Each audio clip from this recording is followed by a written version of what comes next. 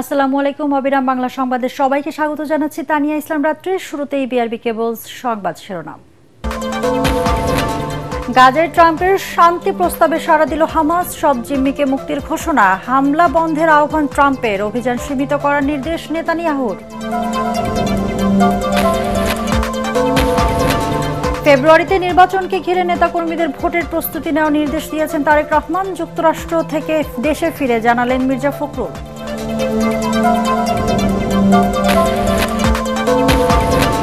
সংবিধান সংস্কার পরিষদ ও গণভোটের মাধ্যমে জুলাই সনদ বাস্তবায়নে গুরুত্ব দিচ্ছে ঐকমত্য কমিশন। ঐকমত্য প্রতিষ্ঠায় কাল থেকে আবারও সংলাপ শুরু। মধ্যরাত থেকে শুরু হয়েছে ইলিশ ধরায় নিষেধাজ্ঞা। নিষিদ্ধ সময়ে বেচাকেনা, পরিবহন ও মজুদ করলেও জেল জরিমানা। জেলেদের প্রণোদনা দিচ্ছে সরকার। শুনছিলেন বিআরবি কেবল সংবাদ শিরোনাম, এবার বিস্তারিত। শুরুতেই সন্ধানী লাইফ ইন্স্যুরেন্স আন্তর্জাতিক সংবাদ।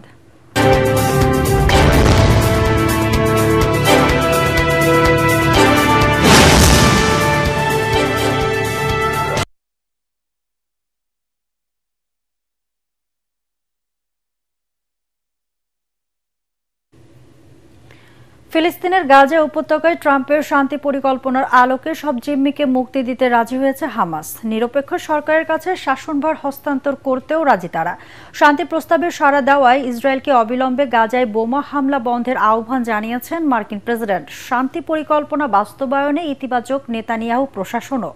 গাজায় হামলা সীমিত করার নির্দেশ দিয়েছেন ইসরায়েলের প্রধানমন্ত্রী। হামাস ইসরায়েলের ইতিবাচক এই সাড়াকে স্বাগত জানিয়েছে ইতালি, যুক্তরাজ্য, অস্ট্রেলিয়া, কলম্বিয়া। আরো জানাচ্ছেন নিয়াজ জামান সজীব।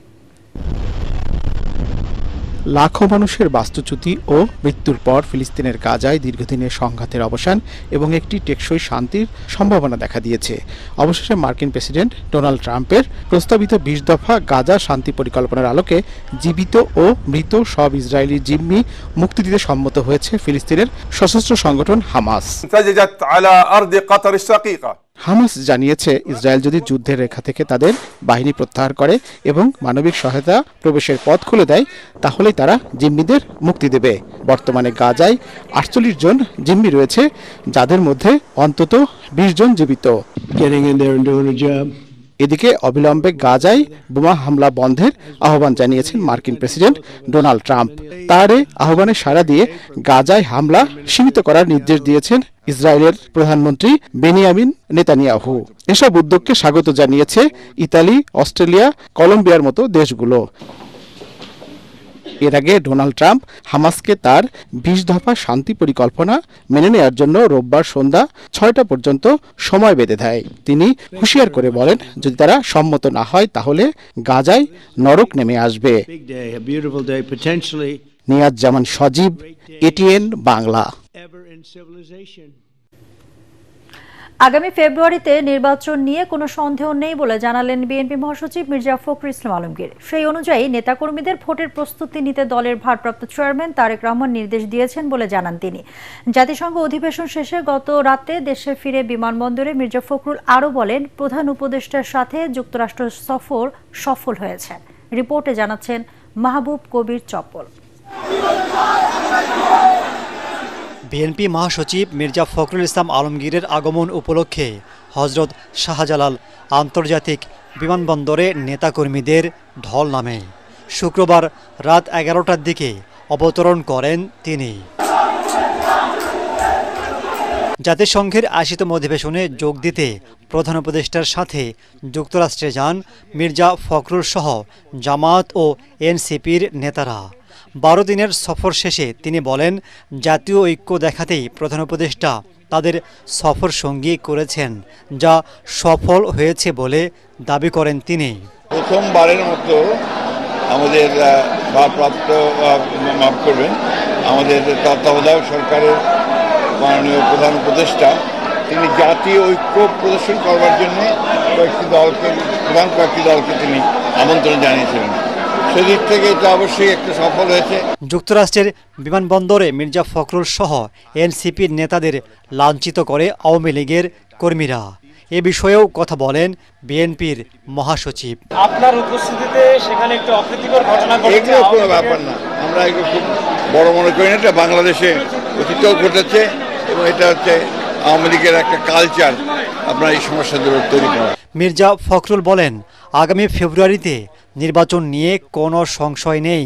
সে অনুযায়ী নেতাকর্মীদের প্রস্তুতি নেয়ার নির্দেশ দিয়েছেন দলের ভারপ্রাপ্ত চেয়ারম্যান তারেক রহমান। 26-এর যে ফেব্রুয়ারি মাসে যে নির্বাচন হবে সেই নির্বাচনে আমাদেরকে গণতন্ত্রে ফিরে যাওয়ার সমস্ত ব্যবস্থা করতে আমাদের নেতা যেন তারেক রহমান সাহেব যেভাবে আমাদের নির্দেশ দিয়েছেন সেইভাবে আমরা আমাদের নির্বাচনের জন্য প্রস্তুতি নেব এবং আজকে গণতন্ত্রের উত্তরণের এই বিষয়টাতে গোটা পৃথিবীর সমর্থন রয়েছে, বিশেষ করে গণতান্ত্রিক বিশ্বের সমর্থনটা এখানে সম্পূর্ণভাবে রয়েছে। মাহবুব কবির, চপল, ATN বাংলা, ঢাকা। সংবিধান সংস্কার পরিষদ ও গণভোটের মাধ্যমে জুলাই সনদ বাস্তবায়নে গুরুত্ব দিচ্ছে ঐকমত্য কমিশন। এ বিষয়ে রাজনৈতিক ঐকমত্য প্রতিষ্ঠায় কাল থেকে শেষ দফায় বৈঠক শুরু হবে রাজনৈতিক দলগুলোর সাথে। কমিশনের সদস্য ডক্টর বদিউল আলম মজুমদার আশা করছেন 15 অক্টোবরের মধ্যে ঐকমত্য মাধ্যমেই চূড়ান্ত করা হবে জুলাই সনদ। তবে ঐকমত্য না হলে আগামী সংসদ দ্বিকক্ষ হওয়ার সম্ভাবনা কম বলেও জানান তিনি। বিস্তারিত জানাচ্ছেন একরামুল হক সায়েম। দফায় দফায় বৈঠক আর আলোচনা করেও বহুল আলোচিত জুলাই সনদের কোনো সুরাও হয়নি এখনো। একদিকে গুরুত্বপূর্ণ ইস্যুতে রাজনৈতিক অনৈক্য, অন্যদিকে বাস্তবায়ন পদ্ধতি নিয়ে ঘুরপাক খাচ্ছে আলোচনা। জাতির স্বার্থকে ঊর্ধ্বে রেখে সকলে মিলে এর মধ্যে 15 অক্টোবর মেয়াদ শেষ হবে জাতীয় ঐকমত্য কমিশনের। রোববার শেষ দফায় রাজনৈতিক দলগুলোর সাথে শুরু হবে আলোচনা। 10-12 দিন বিরতি হয়েছে। বিরতির আগে রাজনৈতিক দলগুলো আকাঙ্ক্ষা ব্যক্ত করেছিল তারা নিজেদের মধ্যে আলাপ আলোচনা করে তারা ঐক্যমতে বুঝতে পারে কিনা সে ব্যাপারে একটা প্রচেষ্টা চালাবে। তাদের কাছ থেকে জানতে চাইব যে তারা যেসব আলাপ আলোচনা করেছে তার ভিত্তিতে এই জুলাই জাতীয় সনদ বাস্তবায়নের ব্যাপারে এবং এই ব্যাপারে আইনি বাধ্যকতার সৃষ্টি করার ব্যাপারে তারা কোনো ঐক্যমতে পৌঁছেছে কিনা। আশা করি যে তারা ঐক্যমতে পৌঁছেছে কিংবা ঐক্যমতে পৌঁছার কাছাকাছি এসেছে এবং ওই দিনের আলাপ আলোচনার ভিত্তিতে আমরা একটা সমন্বিত সিদ্ধান্তে পৌঁছতে পারবো।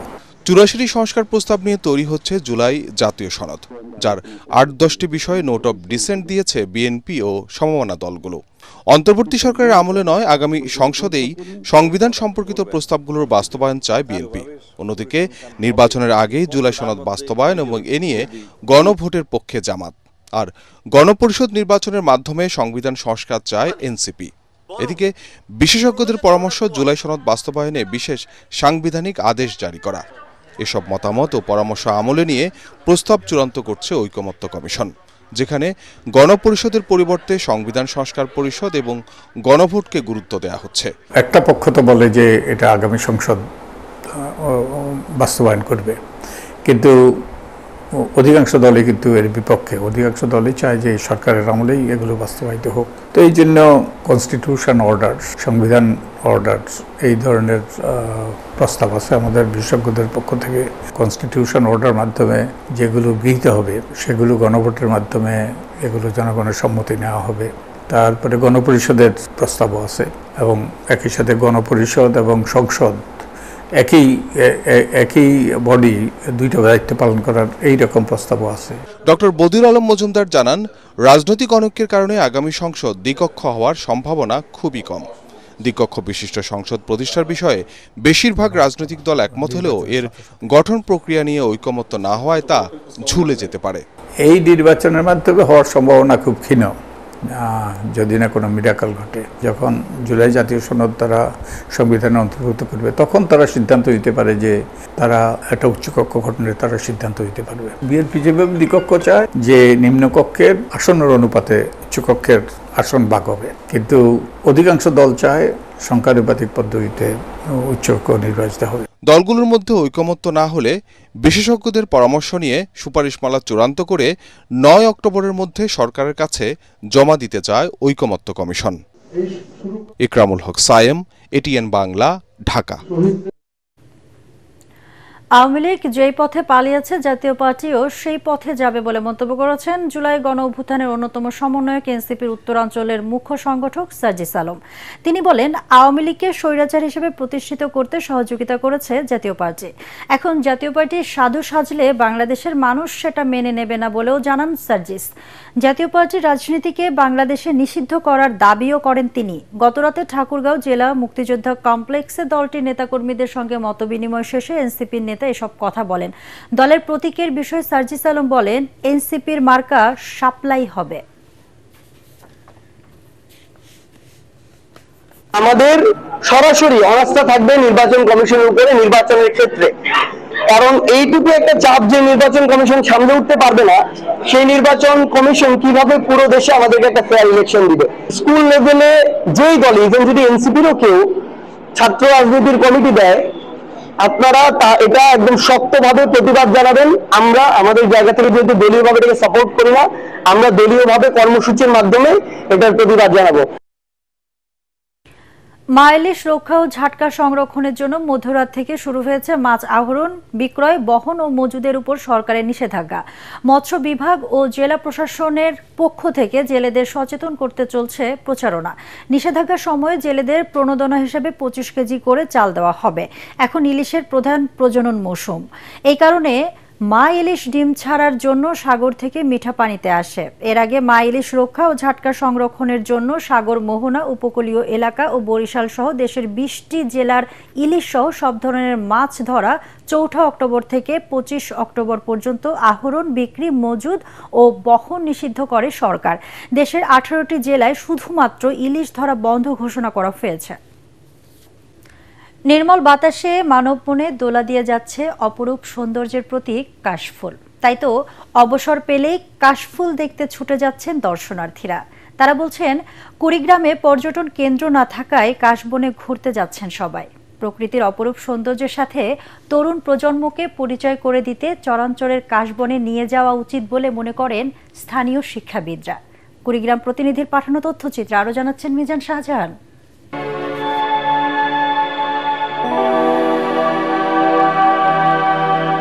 শরৎকাল এলেই দেখা মিলে কাশফুলের। শরতে শুভ্রতার প্রতীক হয়ে এ ফুল ফোটে। কাশফুলের স্নিগ্ধ পরশ আর নির্মল বাতাস সতেজ করে মন, দেয় নতুন প্রাণ শক্তি। আর এজন্যই আশ্বিন মাস এলেই ভ্রমণ পিপাসু মানুষের অন্তর টানে কাশবন।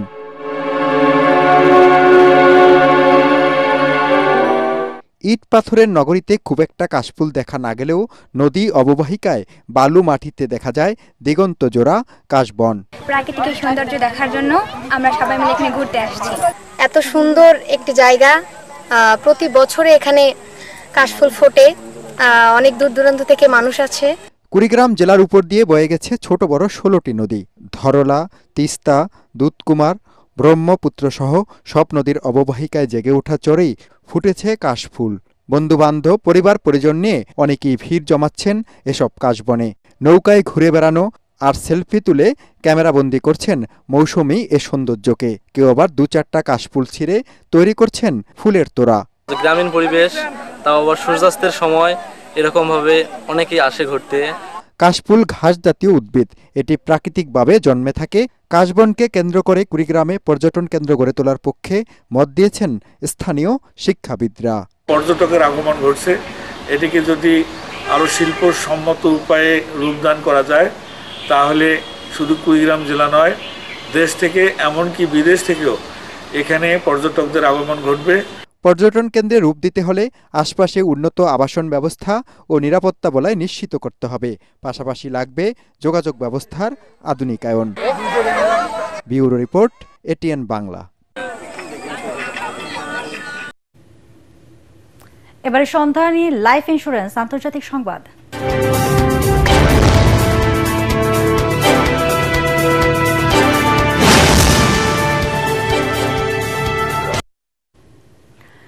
সাতান্নটি মুসলিম দেশ নিয়ে ন্যাটোর মতো জোট গঠনের পরিকল্পনা করছে পাকিস্তান। দেশটির পার্লামেন্টে পাকিস্তানের পররাষ্ট্রমন্ত্রী ইসাক দার সৌদি আরব ও পাকিস্তানের সামরিক চুক্তিটি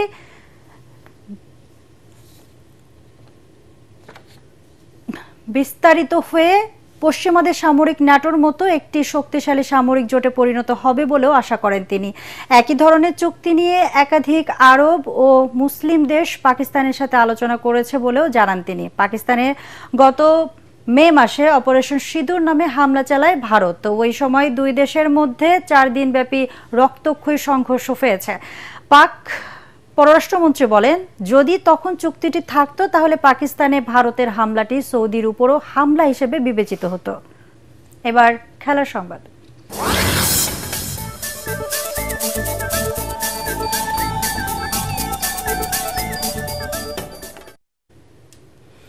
বাংলাদেশের ওয়ানডে দলে প্রথমবারের মতো জায়গা পেলেন সাইফ হাসান। এশিয়া কাপে তিনি দলের পক্ষে সর্বোচ্চ রান করেছিলেন। এছাড়া নুরুল হাসান সোহানকে নিয়ে আফগানিস্তানের বিপক্ষে 16 সদস্যের ওয়ানডে সিরিজের দল ঘোষণা করেছে বাংলাদেশ ক্রিকেট বোর্ড বিসিবি। আগামী 8 অক্টোবর থেকে আফগানিস্তানের সাথে 3 ম্যাচের ওয়ানডে সিরিজ খেলবে বাংলাদেশ। দলের নেতৃত্বে থাকছেন মেহেদী হাসান মিরাজি। ফিরেছেন নাজমুল হোসেন শান্ত, নাইম শেখ, হাসান মাহমুদ এবং নাহিদ রানা। আবুধাবিতে শেখ জায়েদ স্টেডিয়ামে আগামী 8, 11 ও 14 অক্টোবর ওয়ানডের 3টি হবে।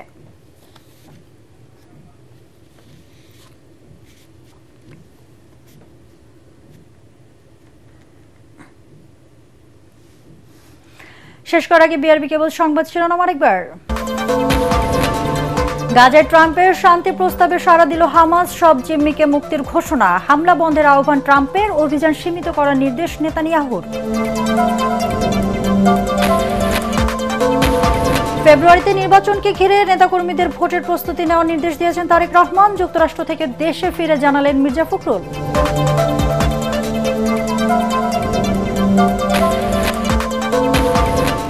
সংবিধান সংস্কার পরিষদ ও গণভোটের মাধ্যমে জুলাই সনদ বাস্তবায়নে গুরুত্ব দিচ্ছে ঐকমত্য কমিশন। ঐকমত্য প্রতিষ্ঠায় কাল থেকে আবারও সংলাপ শুরু।